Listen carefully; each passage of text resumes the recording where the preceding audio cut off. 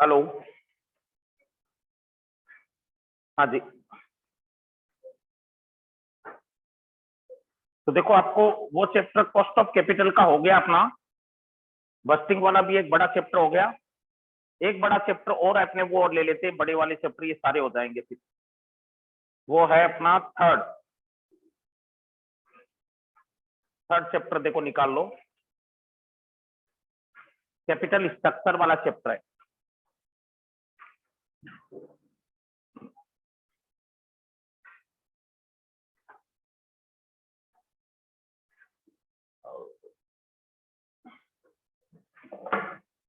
Company की पूंजी संरचना, कैपिटल स्ट्रक्चर ऑफ कंपनी। ये आपस में कनेक्टेड टॉपिक है। पिछला चैप्टर आपने कॉस्ट ऑफ कैपिटल पढ़ा है, तो वो काफी इसमें काम आएगा, इसीलिए पहले मैंने आपको वो पढ़ाया था चैप्टर, क्योंकि कॉस्ट ऑफ कैपिटल का नॉलेज है तो इस चैप्टर में जोर कम आएगा अपने को। कंपनी हमेशा अपनी पूंजी जो जुटाती है, आपको पता है अलग अलग सोर्स आपने पिछले चैप्टर में पढ़े, कौन कौन से सोर्स से फंड जुटाती है। Equity share, preference share, debenture, loan और रिटेन अर्निंग। ये जनरली एक कंपनी के अलग अलग सोर्स हैं जिनसे पैसा कंपनी के पास आता है, कंपनी इन सोर्स से कमाती है, इन सोर्स को पूंजी के लिए काम में लेती है लॉन्ग टर्म के। ये पांचों सोर्स जो है, इक्विटी शेयर से लेकर के रिटेन अर्निंग तक, कंपनी के महत्वपूर्ण सोर्स हैं। लेकिन एक कंपनी सारा फंड की व्यवस्था ना इक्विटी शेयर में से करती है, ना सारी व्यवस्था केवल प्रेफरेंस शेयर से करती है, ना सारा लोन लेती है। कंपनी इनका आपस में क्या कर देती है, मिक्स कर देती है। कंपनी इन सब का क्या कर देती है हिमांशु, इन सब का आपस में एक मिक्स कर देती है। और वो मिक्स जो है वो किस तरीके से किया जाए, वो मिक्स, तो इनको मिक्स करने का जो तरीका है वो इस चैप्टर में सीखेंगे, जिसको ऑप्टिमम कैपिटल स्ट्रक्चर बोलेंगे। एक ऐसी पूंजी संरचना कि कंपनी का ऑप्टिमम स्ट्रक्चर हो, जहां पे कंपनी की लागत कम से कम आए और उसका फायदा ज्यादा से ज्यादा मिले, कंपनी की वेल्थ ज्यादा से ज्यादा बढ़े। मतलब कंपनी इस, मान लो कंपनी को 50 करोड़ रुपया चाहिए, तो पूरे 50 करोड़ के इक्विटी शेयर नहीं जारी करती, ना पूरे 50 करोड़ का डिबेंचर। वो क्या करेगी, इन सब का आपस में एक मिक्स तैयार करेगी, और वो इस तरीके से मिक्स बनाएगी जहां पे WACC कम से कम आए। अब जानते हो आप WACC क्या होती है, वेटेड एवरेज कॉस्ट हम निकालते थे पिछले चैप्टर में। तो वो वेटेड एवरेज कॉस्ट कंपनी की क्या है, वहां पे कम से कम आए, वो एक ऐसा मिक्स तैयार करेगी। और उस मिक्स को कैसे तैयार किया जाता है वो इस चैप्टर में पढ़ेंगे। लीवरेज होता है एक टॉपिक अलग से, वो लीवरेज के बारे में भी इस चैप्टर में पढ़ेंगे। कैपिटल स्ट्रक्चर की थ्योरीज होती है, वो भी इस चैप्टर में पढ़ेंगे। ये चैप्टर वैसे छोटे छोटे 3 टॉपिक को मिला के बना हुआ है, तो हम तीनों टॉपिक के बारे में शुरू कर रहे हैं। चैप्टर नंबर 3, ध्यान देना। कैपिटल स्ट्रक्चर मीन्स पूंजी संरचना, जिसको हम बोलते हैं capital structure means the structure और कॉन्स्टिट्यूशन और breakup of the capital employed by A firm. Capital structure क्या है वो देखिए, दोनों चीज साथ में कवर हो जाएगी। इस चैप्टर का थ्योरी का पोर्शन भी और प्रैक्टिकल भी दोनों कवर हो जाएगा, मॉड्यूल में से ही बनाए हुए नोट्स आप कीजिए। तो कैपिटल स्ट्रक्चर का मीन ये बता रहा है कंपनी की स्ट्रक्चर, कंपनी का कॉन्स्टिट्यूशन, कंपनी की कैपिटल का ब्रेकअप, कि कंपनी की पूंजी जो उसका स्ट्रक्चर कैसा है, वो कॉन्स्टिट्यूशन उसका कैसा है, कैसे ब्रेकअप किया हुआ, उसके टुकड़े क्या क्या किए हुए, कंपनी की पूंजी इन अलग अलग सोर्स में कैसे कैसे बटी हुई है, उसको क्या बोलते हैं, capital structure. The capital employed consist of both the owners capital and डेब्ट capital provided by the lender. Capital employed जो है, पूंजी संरचना जो है कंपनी की, कंसिस्ट, उसमें शामिल किया जाता है बोथ ओनर्स कैपिटल, कंपनी की जो पूंजी संरचना है उसमें ओनर कैपिटल भी आती है, एंड द डेब्ट capital provided by the lender. Company की जो कैपिटल एम्प्लॉयड है कंसिस्ट, उसमें शामिल किया जाता है, ये करा किसको शामिल किया जाता है कैपिटल एम्प्लॉयड में, ओनर्स कैपिटल, जो मालिकों की पूंजी है वो भी शामिल की जाती है, एंड डेब्ट कैपिटल, और जो डेब्ट कैपिटल होती है प्रोवाइडेड बाय द लेंडर, जो लेंडर हमें डेब्ट कैपिटल देता है वो भी शामिल होती है। इनमें से ऑनर्स कैपिटल भी आ गई, जैसे ये ऑनर्स कैपिटल है, इक्विटी शेयर, प्रेफरेंस शेयर और रिजर्व, ये तीन किसके अंदर आते हैं? ऑनर के। और डिबेंचर और लोन ये दोनों क्या होते हैं? Borrowed capital. तो ऑनर कैपिटल और बोरोड कैपिटल का एक मिक्स होता है। Capital employed consist of both owners capital and debt capital provided by the lender. Debt capital is understood here to mean, debt capital का अर्थ है यहाँ पे क्या? Long term debt which has been deployed. Long term capital आ जाती है, debt capital का मीन है long term debt which has been diploid to build long term asset. तो डेट कैपिटल का अर्थ है ये करा वो लॉन्ग टर्म डेट जो कंपनी अपनी लॉन्ग टर्म असेट के खरीदने के लिए लगाती है। तो लॉन्ग टर्म के लिए जो उधार लेते हैं लॉन्ग टर्म के असेट खरीदने के लिए, वो इसमें आ जाता है। अब कैपिटल स्ट्रक्चर कंपनियों में कौन कौन से प्रकार की होती है अलग अलग, वो आप लोगों को बता रहा हूं। कैपिटल स्ट्रक्चर के टाइप, 4 टाइप दे रखे हैं आपको, देखो हॉरिजॉन्टल कैपिटल स्ट्रक्चर, वर्टिकल और पिरामिड और इन्वर्टेड पिरामिड। पहला नंबर पे आ जाइए horizontal capital structure.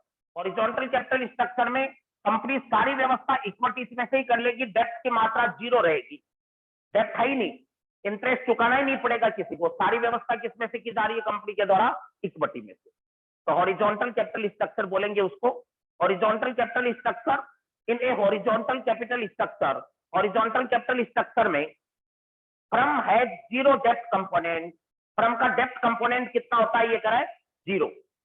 The firm has 0 debt component in the structure mix. In the horizontal capital structure, horizontal capital structure में firm has 0 debt component. Firm का debt component कितना होता है? ऋण वाला इसका 0। Firm has 0 debt component in the structure mix. Firm का 0 component, 0 date होता है, याद चुकाना ही नहीं पड़ेगा क्योंकि डेट लेती ही नहीं है, इसमें सारी व्यवस्था किसमें से कर लेती है? इक्विटी में से। The structure is quite suitable, stable, ये स्ट्रक्चर काफी ज्यादा स्टेबल है। Expansion of the firm take place through equity और रिटेन्ड अर्निंग। इसमें फर्म जो है जब भी उसको पैसा चाहिए तो फर्म व्यवस्था कहां से करेगी? फर्म के पास पैसा आएगा तो वो सारा कहां से आएगा? एक्सपेंशन ऑफ फर्म, फर्म का जो भी विस्तार करना है, जो भी पैसे चाहिए, टेक थ्रू इक्विटी, वो सारा पैसा ये करा कहां से व्यवस्था करेगी? इक्विटी से। और रिटेन्ड अर्निंग, या फिर कहां से व्यवस्था करेगी? सारी की सारी रिटेन्ड अर्निंग से। रिजर्व, वो भी इक्विटी का ही होता है हिस्सा, इक्विटी शेयर होल्डर है उसके मालिक, और इक्विटी में से व्यवस्था करेगी, मतलब डेप्ट जारी नहीं करेगी। द अब्सेंस ऑफ डेप्ट result in the lack of financial leverage. यहाँ पे डेप्ट बिल्कुल है ही नहीं, इसलिए कह रहा है क्या नहीं होगा इसमें? फाइनेंशियल लीवरेज होगा ही नहीं। आप एक आगे लीवरेज पढ़ोगे, फाइनेंशियल लीवरेज उत्पन्न होता है ब्याज की लागत की वजह से। जितना ज्यादा ब्याज चुकाना पड़ेगा उतना ही फाइनेंशियल लीवरेज ज्यादा आएगा। अब इसमें ब्याज चुकाना पड़ेगा क्या? नहीं चुकाना पड़ेगा, ब्याज चुकाना ही नहीं पड़ेगा, इसलिए इसमें फाइनेंशियल लीवरेज होगा ही नहीं। याद रखना, ये लाइन अंडरलाइन कर लो। पहले वाली अप्रोच जो पढ़ रहे हो हॉरिजॉन्टल कैपिटल स्ट्रक्चर, इसमें ब्याज होगा ही नहीं, डिबेंचर हो गया ही नहीं, इससे फाइनेंशियल लीवरेज क्या होगा? सुनने। सेकंड आती है vertical capital structure. Vertical capital structure में सारी व्यवस्था डेब्ट से या लोन से ही करेंगे। इक्विटी की मात्रा तो एकदम मामूली होगी, नाम मात्र की नाम मात्र की मात्रा होगी जो सिर्फ दिखावे के काम आएगी। एक मिनट, हेलो, गुड मॉर्निंग। हाँ जी, आगे देखिए दूसरी स्ट्रक्चर कौन सी आ रखी थी? Vertical capital structure. Vertical structure horizontal की अपोजिट हो जाएगी, इसमें सारी व्यवस्था हम हर जगह लोन से ही करेंगे, डिबेंचर से। इक्विटी तो एकदम मामूली रखेंगे जो फॉर्मेलिटी के लिए रखनी पड़ती है, क्योंकि इक्विटी शेयर तो कंपनी को जारी करने ही पड़ते हैं, बिना शेयर होल्डर कंपनी कहां से बनेगी? तो इक्विटी शेयर तो मामूली, जैसे 1 लाख 2 लाख 5 लाख की, और बाकी व्यवस्था सारी डिबेंचर से। मान लो कंपनी 50 करोड़ रुपए की कैपिटल है, 50 करोड़ में से इक्विटी शेयर तो मात्र नाम मात्र के 1-2 लाख के, और बाकी कितनी बच गई? 49 लाख 95 करोड़, 49 करोड़ 95 लाख 98 लाख, वो सारी किसमें से? डिबेंचर में से ही। तो इसमें सारी व्यवस्था डिबेंचर से ही हो रही है, इक्विटी तो बहुत मामूली सी रकम है। तो वर्टिकल कैपिटल स्ट्रक्चर बोलते हैं इसको। In a vertical capital structure, vertical structure के अंदर the basis of structure is formed by a small amount of equity share capital. In a vertical capital structure, vertical capital structure में the basis of structure, the base of structure is formed, जो structure का base होता है, is formed by a small amount of equity. उसमें equity की मात्रा ये क्या होती है? बहुत ही कम, स्मॉल अमाउंट, बहुत ही थोड़ी रकम होती है इक्विटी की। This base serve as the foundation on which super structure of preference share capital and डेप्ट इज बिल्ड। इसमें दिस बेस, ये जो मामूली इक्विटी है वो तो एक नींव का काम करती है, फाउंडेशन का, ऑन विच सुपर स्ट्रक्चर, जिसपे सुपर स्ट्रक्चर जो है प्रेफरेंस शेयर और डेप्ट की टिकी भी होती है। मतलब कंपनी इसमें प्रेफरेंस शेयर और डेप्ट ही जारी करती है, दोनों का फिक्स बर्डन आता है, प्रेफरेंस शेयर में भी फिक्स चुकाना पड़ेगा और डेप्ट पे भी फिक्स। तो इसमें वो प्रेफरेंस शेयर और डेप्ट ज्यादा जारी किए जाते हैं। Quantum of retain earning is low, इसमें माना जाता है कि अर्निंग या रिटेन अर्निंग बहुत कम है। And dividend pay out ratio is quite high, ये माना जाता है कि रिजर्व में कम रखते हैं, इसलिए डिविडेंड पे आउट बहुत ज्यादा करते हैं, लोगों को चुकाने का काम ज्यादा करते हैं, पे आउट ज्यादा होता है, डिविडेंड ज्यादा चुकाते हैं। In such a structure cost of equity is usually higher than cost of डेप्ट, इसमें इक्विटी की कॉस्ट क्या होती है, ज्यादा होती है डेप्ट की तुलना में, इसीलिए कंपनी डेप्ट का ज्यादा सहारा ले रही है। ये वो स्ट्रक्चर है जिसमें ज्यादा व्यवस्था किसमें से कर रहे हैं, डेप्ट में से, डिबेंचर या लोन में से, क्योंकि ये सस्ता है और इक्विटी क्या है, महंगी, इसलिए कंपनी किसका सहारा ज्यादा ले रही है, डेप्ट और लोन का, और इक्विटी शेयर कम से कम जारी कर रही है। तो इसमें इक्विटी की कॉस्ट ज्यादा होती है डेप्ट से, हालांकि हायर कंपोनेंट ऑफ डेप्ट, इसमें डेप्ट वाला हिस्सा ज्यादा हो गया, हायर कंपोनेंट हो गया डेप्ट का in the capital structure, increase the financial risk and make that structure unstable. हालांकि इसमें डेप्ट का हिस्सा बहुत ज्यादा होता है, आपको पता है डेप्ट वाला कंपोनेंट बहुत ज्यादा होता है, इसलिए फाइनेंशियल रिस्क बढ़ जाती है, फाइनेंशियल लीवरेज बढ़ जाता है और कंपनी की कैपिटल स्ट्रक्चर क्या हो जाती है, अनस्टेबल। पहले वाले में क्या था, फाइनेंशियल लीवरेज बिल्कुल जीरो था, रिस्क बिल्कुल जीरो थी, ब्याज चुकाना ही नहीं पड़ता था, इसमें ब्याज बहुत ज्यादा चुकाना पड़ेगा डिबेंचर पे, इसलिए फाइनेंशियल रिस्क बढ़ गई, फाइनेंशियल लीवरेज बढ़ गया और कंपनी क्या हो गई, स्ट्रक्चर उसकी अनस्टेबल हो गई। तीसरी होती है पिरामिड शेप वाली, पिरामिड शेप वाली, एक होती है हॉरिजॉन्टल, एक आपने पढ़ ली वर्टिकल, और एक अब कौन सी आ रही है, पिरामिड के शेप वाली, पिरामिड। हॉरिजॉन्टल कैपिटल स्ट्रक्चर में तो एक ही टाइप की कैपिटल काम में ले रहे थे, वर्टिकल में कौन सी काम में ले रहे थे, डेप्ट वाली कंपोनेंट ही काम में ले रहे थे। अब वाली जो कैपिटल स्ट्रक्चर आ रही है वो कौन सी आ रही है, पिरामिड स्ट्रक्चर वाली, बेल के आकार की। तो पिरामिड कैपिटल स्ट्रक्चर में क्या होगा, थर्ड में, a pyramid capital structure has a large proportion consisting of equity and retained earning which has been flowed back into a firm over a considerable large amount of time। Pyramid capital structure को लेकर क्या कह रहा है, pyramid capital structure है जो large proportion consisting of equity capital, इसमें ज्यादा हिस्सा ये कह रहा है किसका होता है, इक्विटी का। हॉरिजॉन्टल में तो पूरी इक्विटी होती थी, डेप्ट जीरो, वर्टिकल में पूरे डेप्ट होते थे, इक्विटी नहीं, और इसमें क्या होगा, दोनों का मिक्स, इक्विटी भी रहेगा और डेप्ट भी। तो a pyramid shape capital structure, pyramid shape capital structure जो है ए लार्ज प्रोपोर्शन, उसमें एक है बड़ी मात्रा में प्रोपोर्शन होता है कंसिस्टिंग ऑफ इक्विटी कैपिटल, किसका होता है बड़ा हिस्सा, इक्विटी कैपिटल और रिटेन अर्निंग का। रिटेन अर्निंग जो होते हैं रिजर्व, जो कंपनी कमाती है, जो रिजर्व में डाल देती है, which had been flow back, उनको वापस फ्लो बैक कर दिया जाता है, उसको वापस इन्वेस्ट कर दिया जाता है इनटू द फर्म, उनको फर्म में वापस इन्वेस्ट कर दिया जाता है over A considerable large period of time, लंबे पीरियड के दौरान कंपनी उसको क्या कर देती है, वापस उनको री इन्वेस्ट कर देती है, कंपनी कमाती है और कमाने के बाद उसको वापस ये क्या कर देती है, फ्लो बैक कर देती है। The cost of share capital and retained earning of the firm is usually lower than cost of debt। इसमें क्या कर रहा है, कंपनी ज्यादा हिस्सा किसका काम ले रही है, पिरामिड वाले में इक्विटी का और रिटेन अर्निंग का, जिनको वापस री इन्वेस्ट कर दिया गया, फ्लो बैक कर दिया गया। इसमें इक्विटी की कॉस्ट, रिटेन अर्निंग की कॉस्ट डेप्ट की कॉस्ट से लोअर होती है, इसीलिए इक्विटी को ज्यादा इस्तेमाल कर रही है फर्म। फर्म वही तो, या कंपनी वही तो कैपिटल काम में लेगी जिसकी कॉस्ट कम है, तो इसमें इक्विटी की कॉस्ट ये करा किससे कम होती है, डेप्ट से। दिस स्ट्रक्चर इज इंडिकेटिव, ये स्ट्रक्चर बताता है रिस्क एवर्स कंजर्वेटिव फर्म, ये उन फर्मों का संकेत देता है जो रिस्क से एवर्स करना चाहती है, रिस्क से बचना चाहती है। रिस्क एवर्स, रिस्क से बचने वाली, कंजर्वेटिव फर्म, जो फर्में कंजर्वेटिव है, डिफेंसिव फर्में, खुद की सुरक्षा ज्यादा सोचती है, उन फर्मों की बात करता है, क्योंकि ये फर्में डेप्ट का कम इस्तेमाल करती है, क्योंकि वो रिस्क से बचना चाहती है कि बराबर ब्याज नहीं देना पड़े, तो ब्याज के फालतू खर्चे से बचने के लिए ये ज्यादा अमाउंट इक्विटी की और कम अमाउंट डेप्ट की काम में लेती है। तो इसमें इक्विटी ज्यादा होता है और डेप्ट क्या होता है, कम। फिर आता है इसके बाद में कौन सा, inverted pyramid shape capital structure. Inverted pyramid, ये अभी जो पढ़ा था उसका वापस उल्टा हो जाएगा। अभी इसमें इक्विटी ज्यादा थी, डेप्थ कम। अब वाले में क्या कर देगा, डेप्थ ज्यादा equity come, inverted pyramid. Such a capital structure, ये वो कैपिटल स्ट्रक्चर है has a small component of equity capital, ये वो कैपिटल स्ट्रक्चर है जिसमें इक्विटी कैपिटल की मात्रा क्या होती है, कम।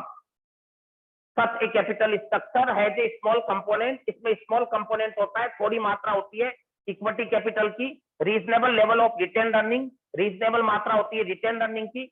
But an ever increasing component of डेप्थ, और डेप्थ की मात्रा लगातार बढ़ रही होती है। All the increase in capital structure in the recent past have been made through डेप्थ ओनली, और इसमें जो लेटेस्ट जो कैपिटल स्ट्रक्चर की व्यवस्था की गई होती है वो डेप्थ में से की जाती है, मतलब ज्यादा इस्तेमाल डेप्थ का किया जाता है। इसका मतलब जरूर डेप्थ सस्ता होगा इक्विटी से, तभी डेप्थ का ज्यादा इस्तेमाल होता है।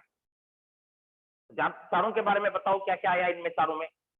वर्टिकल हॉरिजॉन्टल स्ट्रक्चर में सिर्फ इक्विटी, इक्विटी और रिटेन अर्निंग। इसमें फाइनेंशियल लीवरेज होता था क्या, फाइनेंशियल रिस्क पहले वाले में होती नहीं थी, क्योंकि आपके फाइनेंशियल लीवरेज तो तब पैदा होता है जब ब्याज हो। दूसरे में वर्टिकल स्ट्रक्चर में इसमें पूरा ही डिबेंचर या डेप्थ से, इक्विटी तो केवल मामूली नाम मात्र की जो जरूरी हो। ये इसलिए होता है तो क्योंकि डेप्थ सस्ता होता है, जब इक्विटी की तुलना में इक्विटी महंगी हो डेप्थ सस्ता हो तो। लेकिन इसमें रिस्क बढ़ जाती है, फाइनेंशियल रिस्क, फाइनेंशियल लीवरेज बढ़ जाता है और फर्म क्या हो जाती है, अनस्टेबल। तीसरी पिरामिड स्ट्रक्चर में इक्विटी या रिटेन अर्निंग ज्यादा और डेप्थ का इस्तेमाल कम, क्योंकि इसमें इक्विटी की कॉस्ट कम होती है जनरली इसलिए। और चौथे में इन्वर्टेड पिरामिड वाले में क्या हो जाएगा, इक्विटी से ज्यादा डेप्थ का इस्तेमाल, क्योंकि डेप्थ सस्ता होता है इसलिए। अब आ जाइए significance of capital structure, capital structure का महत्व क्या है वो देखिए। Capital structure is significant for a firm, एक फर्म के लिए कैपिटल स्ट्रक्चर को जानना एक महत्वपूर्ण है। बिकॉज, क्योंकि लॉन्ग टर्म प्रॉफिटेबिलिटी जो होती है of A firm and solvency of firm is sustain. Capital structure ये जानना जरूरी है एक फर्म का, बिकॉज लॉन्ग टर्म सस्टेनेबिलिटी, क्योंकि लंबे पीरियड के लिए प्रॉफिटेबिलिटी और सॉल्वेंसी जो है कोई फर्म की इज सस्टेन, वो बनाए रखी जा सकती है बाई ऑप्टिमल कैपिटल स्ट्रक्चर। कैसे बनाए रखी जा सकती है कंपनी की, ऑप्टिमम स्ट्रक्चर करके, consisting of appropriate mix of depth and equity. आपको एक ऑप्टिमम मिक्स रखना पड़ता है कि डेप्थ और इक्विटी दोनों का बैलेंस बना रहे। कैपिटल स्ट्रक्चर की सिग्निफिकेंस के पॉइंट नीचे दे रखे हैं। It reflect the firm strategy, इससे फर्म की स्ट्रेटजी पता चलती है कि हम कंजर्वेटिव फर्म है या अग्रेसिव फर्म है, डिफेंसिव है। It is an indicator of risk profile, ये हमारी फर्म की रिस्क प्रोफाइल को भी बताता है कि हम रिस्क कितनी उठाने की क्षमता रखते हैं, कितनी रिस्क हम उठाना चाहते हैं। It act as a tax management tool, साथ ही साथ ये किसका काम करता है, ये करें टैक्स मैनेजमेंट टूल का भी काम करता है, कर को बचाने की प्रणाली है। अगर हम डेप्थ का सही इस्तेमाल करें कि भाई हमारा टैक्स पे क्या होता है, इंटरेस्ट जो होता है ना वो पीएनएल में खर्चे के तौर पे दिखाते हैं, तो जितना ज्यादा ब्याज का खर्चा होगा उतनी टैक्स में भी बचत होगी। आपने याद हो तो टैक्स की कॉस्ट निकाली थी तो हमेशा 1 - T से गुणा किया था, 1 - T से गुणा करते थे, क्यों, क्योंकि इसमें टैक्स की बचत होती है। It help as brightening the image of firm, और इससे फर्म की इमेज भी क्या होती है, सुधरती।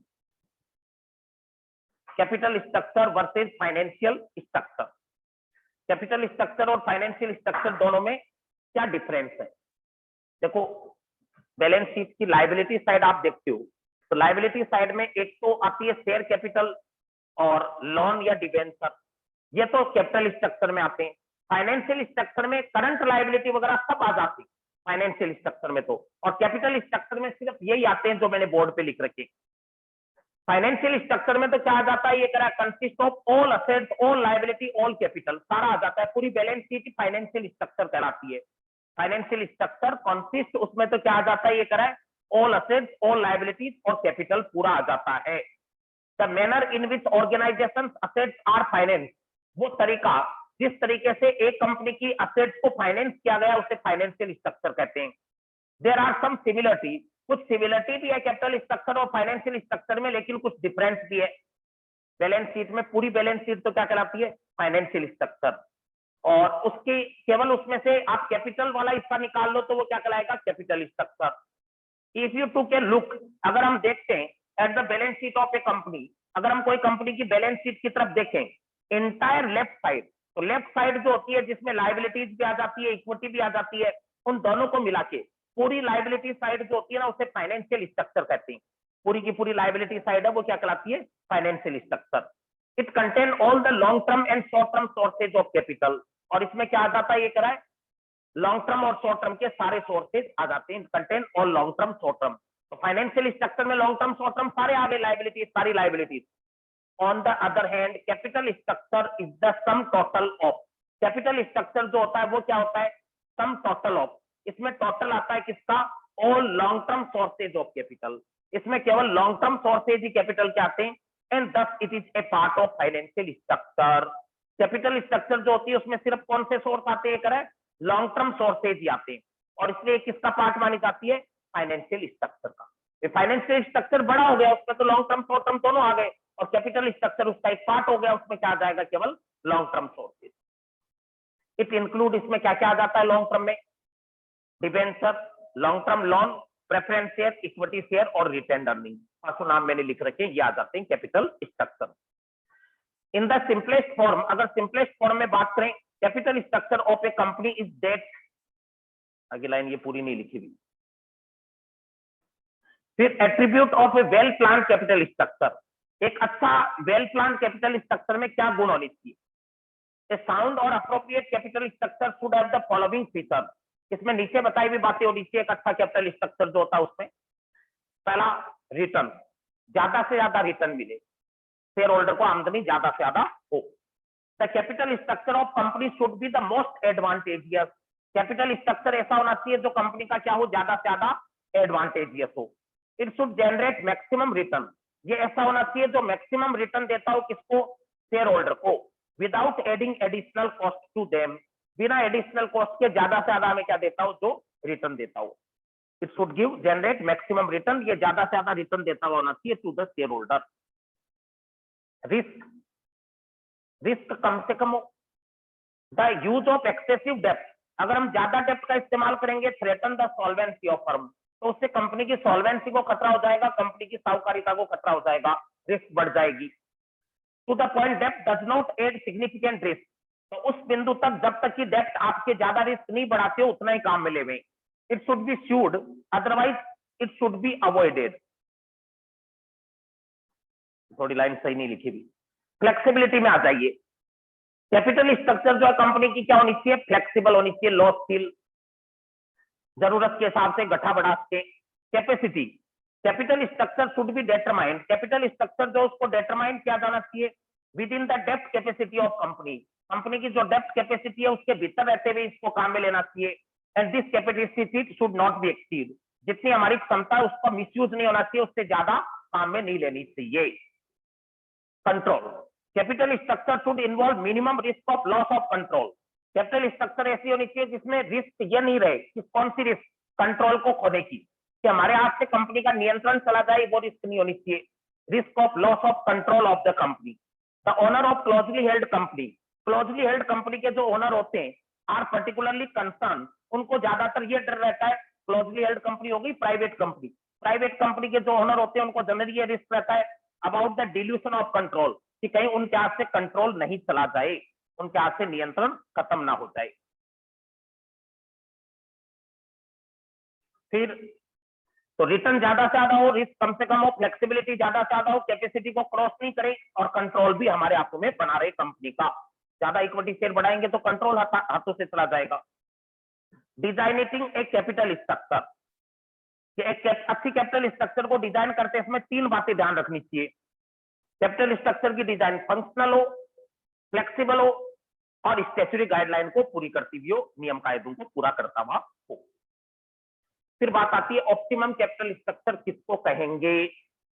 अनुकूलतम पूंजी संरचना, कि ये बेस्ट स्ट्रक्चर है सर, ये तरीका काम मिले में, इतना डेप्थ, इतना इक्विटी और इतना ये चीज। ये उसी तरीके से जैसे हम खाना बनाते हैं, सब्जी बनाते हैं, तो उसमें अलग अलग मसाले एक उचित मिक्स में डालने होते हैं ना, ताकि उसका स्वाद बना रहे, उसका टेस्ट बना रहे। किसी भी चीज को ज्यादा डालने पे या कम डालने पे वो स्वाद बिगड़ जाएगा, तो वही बात है। ऑप्टिमम कैपिटल स्ट्रक्चर वो है जो इन पांचों चीजों का क्या करता है? एक अनुकूलतम मिक्स बताता है। By the term optimum capital structure, optimum capital structure का मीन है, we mean a particular arrangement of various component of the structure. By the term optimum capital structure we mean, इसका अर्थ है ए पर्टिकुलर अरेंजमेंट, एक ऐसी व्यवस्था of various component of the structure, various component of the structure, अलग अलग जो पूंजी के अलग अलग कंपोनेंट है उनकी ऐसी व्यवस्था which is just in tune, जो ट्यूनिंग के अनुसार हो with the long term and short term objective of the company, जो हमारी कंपनी के लॉन्ग टर्म और शॉर्ट टर्म ऑब्जेक्टिव को ट्यूनिंग करती हुई हो, उन उद्देश्यों को ध्यान में रखते हुए हो। तो ऑप्टिमम स्ट्रक्चर उसको बोलते हैं जो लॉन्ग टर्म शॉर्ट टर्म दोनों उद्देश्य को पूरा करे। Optimum capital structure is the best डेप्थ टू इक्विटी रेशियो, अंडरलाइन करो, ऑप्टिमम कैपिटल स्ट्रक्चर उस डेप्थ इक्विटी रेशियो को बोला जाता है। ये डेप्थ और इक्विटी है सारा पांचों चीजें, कुछ चीजें डेप्थ में आती है, बाकी सब इक्विटी में आते हैं। तो डेप्थ और इक्विटी का वो रेशियो है जो मैक्सिमाइज करता हो किसको, फर्म की वैल्यू को।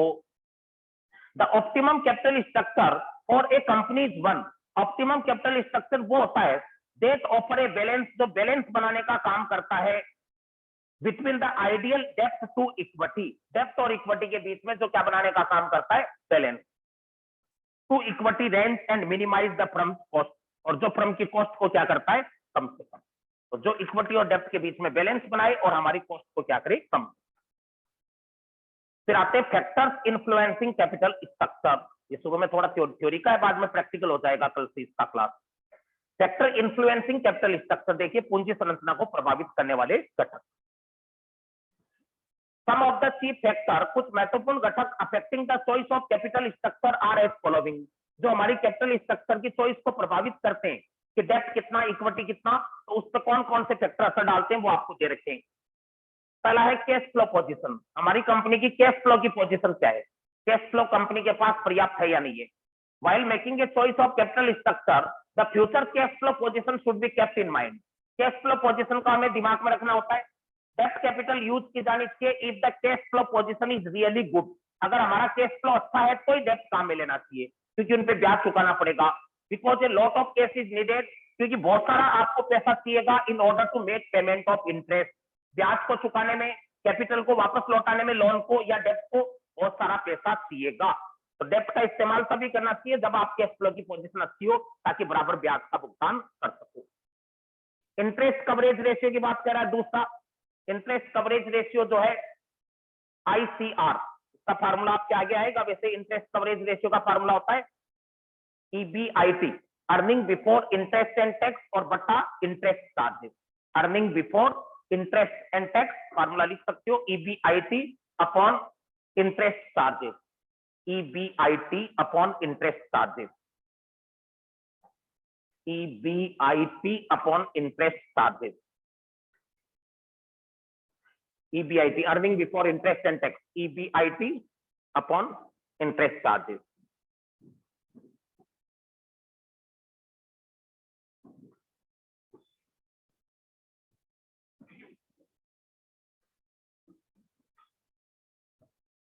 ये रेशियो इंटरेस्ट और हमारी अर्निंग के बीच का अनुपात बताता है, और ये रेशियो कम नहीं होना चाहिए, एक निर्धारित आइडियल से ज्यादा ही होना चाहिए।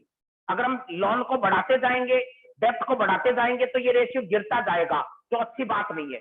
तो इंटरेस्ट कवरेज रेशियो के लिए क्या कराइए, with the help of this ratio an effort is made, इस रेशियो के जरिए से हम ये पता लगा सकते हैं how many times the EBIT is available, कि हमारा EBIT कितना गुना है इंटरेस्ट की तुलना में। Capacity of the company to use डेप्थ capital will be in direct proportion to this ratio, हमारी कैपेसिटी इस रेशियो के ऊपर डिपेंड करेगी। या आइडियल 6 माना जाता है, जनरली 6:1, यानी इंटरेस्ट का 6 गुना होना चाहिए earning.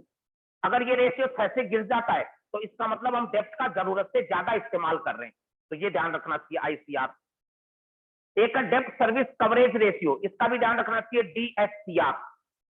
This ratio remove the weakness of ICR, ऊपर वाले में खाली इंटरेस्ट का ही ध्यान रखा जाता था, उसकी कमी को दूर करता है, और ये कैश फ्लो की पोजीशन बताता है।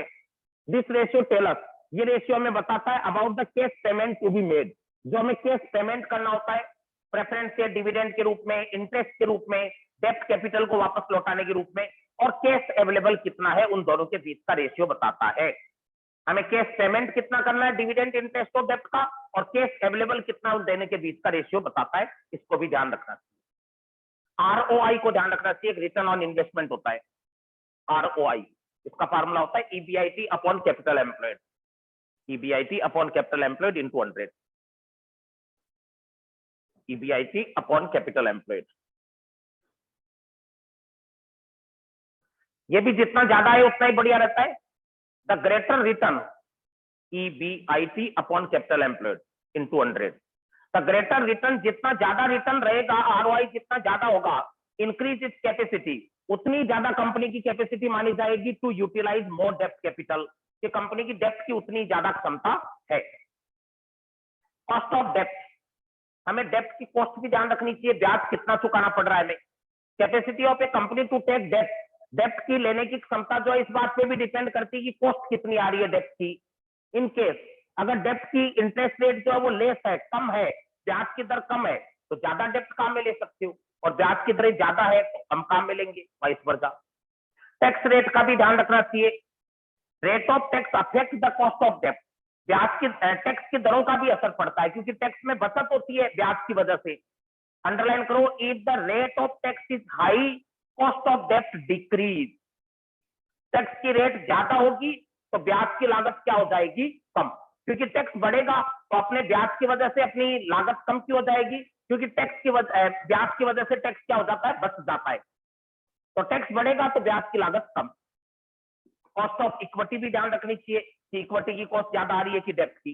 Cost of equity is affected by the use of depth capital, cost of equity पे ज्यादा असर डेप्थ का पड़ता है। If depth capital is use, अगर डेप्थ कैपिटल जो है वो यूज की जाती है मोर, अगर डेप्थ कैपिटल का ज्यादा इस्तेमाल किया जाता है, it will increase the cost of equity, अगर डेप्थ कैपिटल का एक ज्यादा इस्तेमाल किया जाता है तो कॉस्ट ऑफ इक्विटी भी क्या हो जाएगी, बढ़ जाएगी। अगर ज्यादा डेप्थ काम में लोगे रिस्क बढ़ जाएगी और कॉस्ट इक्विटी की भी बढ़ जाएगी। अगर कोई कंपनी डेप्थ ज्यादा काम में लेती है, ऋण, तो ऋण ज्यादा लेगी तो रिस्क बढ़ गई, इक्विटी की कॉस्ट भी बढ़ जाएगी।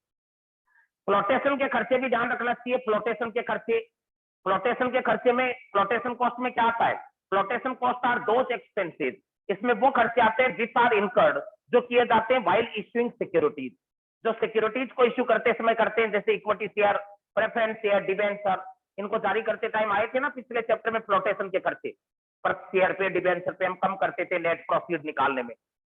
इनमें जैसे कमीशन आ जाता है अंडरराइटर का, ब्रोकरेज, स्टेशनरी का, प्रिंटिंग का, ये खर्चे आ जाते हैं, ये भी ध्यान रखने चाहिए। रिस्क ध्यान रखनी चाहिए। रिस्क दो प्रकार की होती है बिजनेस में, इसको डिटेल में आगे पढ़ेंगे। एक ऑपरेटिंग रिस्क या बिजनेस रिस्क, ये फिक्स खर्चों की वजह से उत्पन्न होती है, फिक्स खर्चे जैसे रेंट का, इंश्योरेंस का, स्टाफ सैलरी का। और एक होती है फाइनेंशियल रिस्क, जो ब्याज की वजह से उत्पन्न होती है।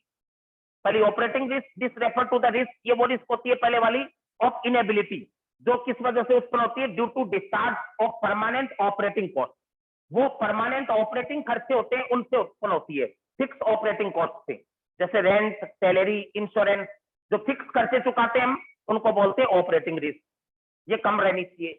दूसरी होती है फाइनेंशियल रिस्क, ये भी कम रहनी चाहिए। इसमें कौन सी रिस्क आती है, this refer to the risk of inability to pay fix financial payment. इस रिस्क का मतलब है कल को हमारी कैपेसिटी गिर न जाए, फिक्स फाइनेंशियल पेमेंट को चुकाने की रिस्क ना गिर जाए, जैसे ब्याज को चुकाने की, प्रेफरेंस या डिविडेंड को चुकाने की, और रिटर्न ऑफ डेप्थ कैपिटल या डेप्थ कैपिटल को चुकाने की रिस्क जो है वो कम ना हो जाए। तो इनको चुकाने की जो रिस्क है वो अपने कम ना हो जाए। फिर आती है इसके बाद में फाइनेंशियल रिस्क में, तो कौन सा आ गया, ब्याज की लागत, प्रेफरेंस शेयर का डिविडेंड भी फिक्स होता है वो, और डेप्थ को वापस लौटाना पड़ता है उधार लिए हुए पैसे को, वो फाइनेंशियल रिस्क है। और पहले बिजनेस रिस्क में आ गए, बिजनेस के फिक्स खर्चे होते हैं वो, तो दोनों रिस्क कम से कम करे, ये ध्यान रखना। फिर आती है इसके बाद में फ्लेक्सिबिलिटी, लॉसशीलता। According to this principle capital structure should be fairly flexible. Flexible का मीन क्या होता है, अमाउंट जो है कैपिटल की वो आप जरूरत के हिसाब से इंक्रीज या डिक्रीज इजीली कर सको, जब रकम को कम ज्यादा करके जरूरत के हिसाब से घटा बढ़ा सके। कंट्रोल, नियंत्रण। According to this factor at the time of preparing capital structure it should be ensure, एक प्रॉपर कैपिटल स्ट्रक्चर में हमें यह भी ध्यान रखना चाहिए दैट इफ नीडेड, कि अगर जरूरत पड़े, control over the affair of company is not adversely affected, तो कंपनी का नियंत्रण कम ना हो जाए, कंपनी के शेयर होल्डर का कंट्रोल खत्म ना हो जाए, वो अपना कंट्रोल भी बनाए रखें। रेगुलेटरी फ्रेमवर्क भी होते हैं कुछ, उनका भी ध्यान रखना होता है कि कंपनी आइडियल कुछ रेशियो बने हुए उनसे ज्यादा डेप्थ इक्विटी इस्तेमाल नहीं कर सकती। Capital structure is also influence by government regulation, जैसे डेप्थ इक्विटी रेशियो जो होता है वो आइडियल अलग अलग जगह अलग अलग माना जाता है, कुछ जगह 2:1, कई जगह 4:1, कई जगह 6:1, अलग अलग इंडस्ट्री के लिए अलग अलग आइडियल होता है। डेब्ट इक्विटी का ratio. Also the public issue of share और डिबेंचर, जो इनमें भी सेबी की गाइडलाइन रहती है कि भी इतने से ज्यादा डेब्ट जारी नहीं कर सकते, इतने से ज्यादा इक्विटी जारी नहीं कर सकते, वो रेगुलेशन भी हमें ध्यान रखनी होती है। स्टॉक मार्केट का भी ध्यान रखना होता है कि तेजी का दौर चल रहा है कि मंदी का दौर चल रहा है, क्या कंडीशन है। Stock market condition refer, stock market की कंडीशन का अर्थ है कि बाजार में अपवर्ड या डाउनवर्ड कौन सा ट्रेंड चल रहा है, बोथ दीज कंडीशन, क्योंकि इन दोनों ही कंडीशन का फर्क पड़ता है कि हम कौन सा सोर्स सेलेक्ट करें।